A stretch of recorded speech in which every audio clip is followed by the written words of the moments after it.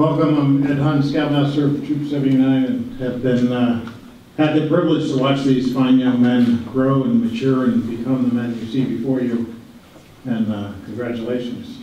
These are just 4 of the 14 that we had in this past season, which is an unprecedented accomplishment for this troop, and I wish to thank all the other leaders who helped out with that. He asked me to say a few words about the Scout Oath. We begin each meeting with this, and I've challenged the boys to make this part of their life.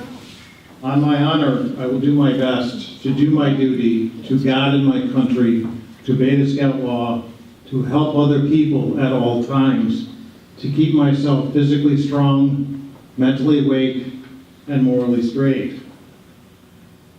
Over the past 7 years, these men have said this perhaps hundreds of times.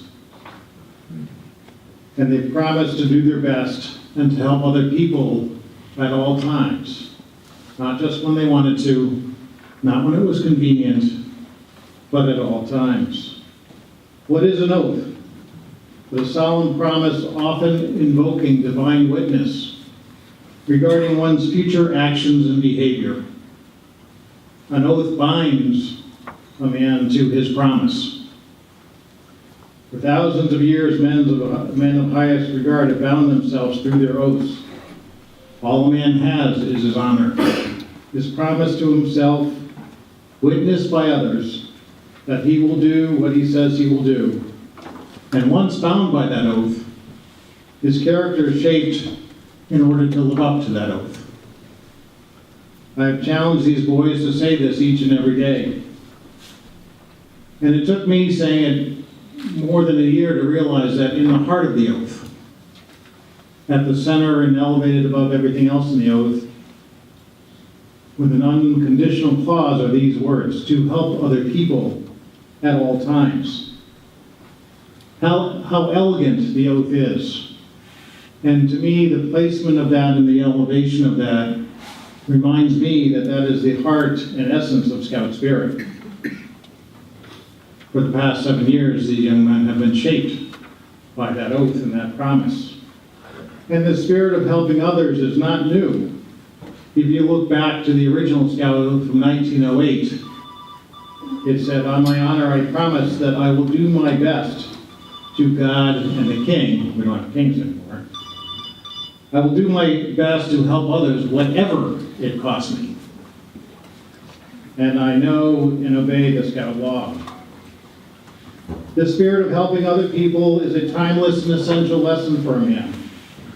For it is our obligations and responsibilities to serve others that drive the development of our character.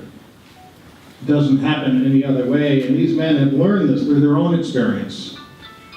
As den chiefs, patrol leaders, instructors, quartermasters, senior patrol leaders, and in their interactions daily with other scouts. In the handbook that I grew up with, and I believe Mr. Potts shared the same one from 1971, under morally straight, it reads, "Your conscience speaks to you about yourself, about your moral obligation to make your life count." All of a sudden, it matters that you do your best when you accept this charge. And these men have accepted this obligation, and they have been driven by their promise.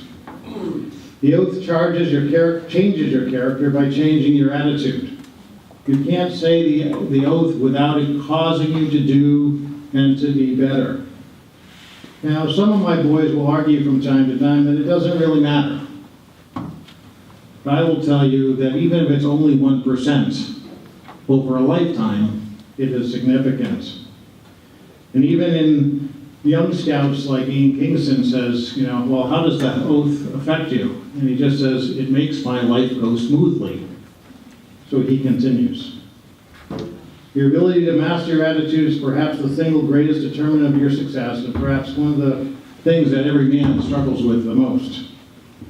The oath works at the very heart of your character. I have challenged these young men to allow this oath to be the attitude in which they live their life, and I hope that they do. And all of the work that they've done over the last 7 years has only prepared them have afforded them yet the privilege to take yet another oath, which they will do later in the ceremony. In their eagle charge, they will reaffirm their allegiance to the three promises of the Scout Oath: their duty to God and country, their duty to others, and their duty to self. They will once again promise to make their training and influence count.